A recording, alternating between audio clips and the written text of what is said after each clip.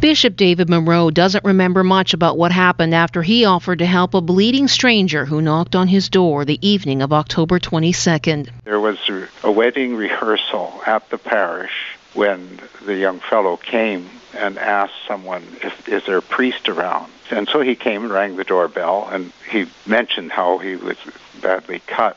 So when I saw how much blood there was, I said, well, we'll go in the kitchen. You can wash some of it off so that we can see what we can do. Monroe says the 31-year-old man, later identified as John Bandura, became agitated when the bishop suggested taking him to the nearby Royal Inland Hospital. It was just after that he turned on me, because that's where he had cut himself, was while he was at the hospital. After he had grabbed me, I knew I didn't want to be in the kitchen because there's too many things there. Probably moved him with me into the living room, and he got me down. He remembers calling for help from another priest in the house at Sacred Heart Cathedral while he was struggling with his attacker. Whether he had his arm around my neck or not, I'm not sure, but I could hardly breathe.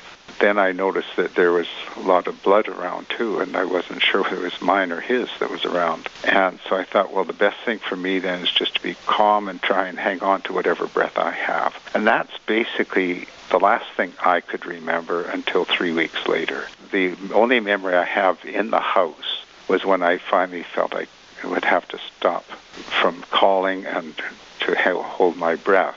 Supposedly he did hit me on the head with something. The 69-year-old says at no point did he feel his life was in danger. At that point, I just knew I had to try and see that if I could hang on to the breath, whatever would happen beyond that, I wouldn't know. He adds much of what he knows now was relayed to him by his 3 younger sisters, who held vigil by his bed as he recovered from numerous injuries. The care that was given to me was more rehabilitation.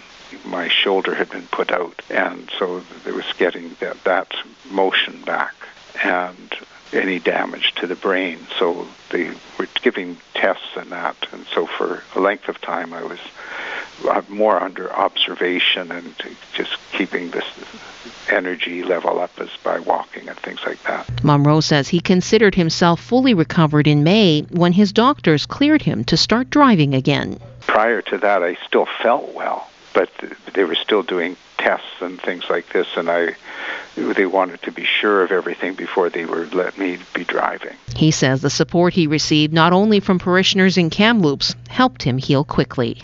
We were praying for you, or I was praying for you, or whatever, but just individuals who I had not met before even, but who realized this is who it was. People have been so good. They themselves will say, it is through the prayer.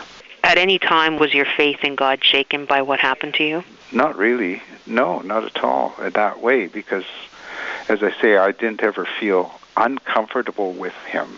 I had no idea what was going to be the outcome of that evening, but it was never sort of a negative feeling toward him. In February, the man who hurt the bishop was found not criminally responsible because he was suffering from bipolar disorder the night of the attack. Monroe says that's around the time he met some of Bandura's family members. His mother and his sister, once I was out of the hospital, in the hospital they were trying to keep me free from having visitors around. They were sort of dissuaded from visiting. John himself, I haven't visited him yet, but he wrote me a beautiful letter in which he apologized for what had taken place.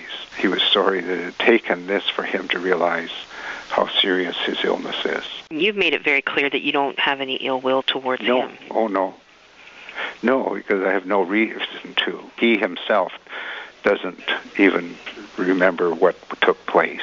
He apologized for what has happened, and also that he was sorry that it had taken for him to hurt me, for him to realize how serious his illness is.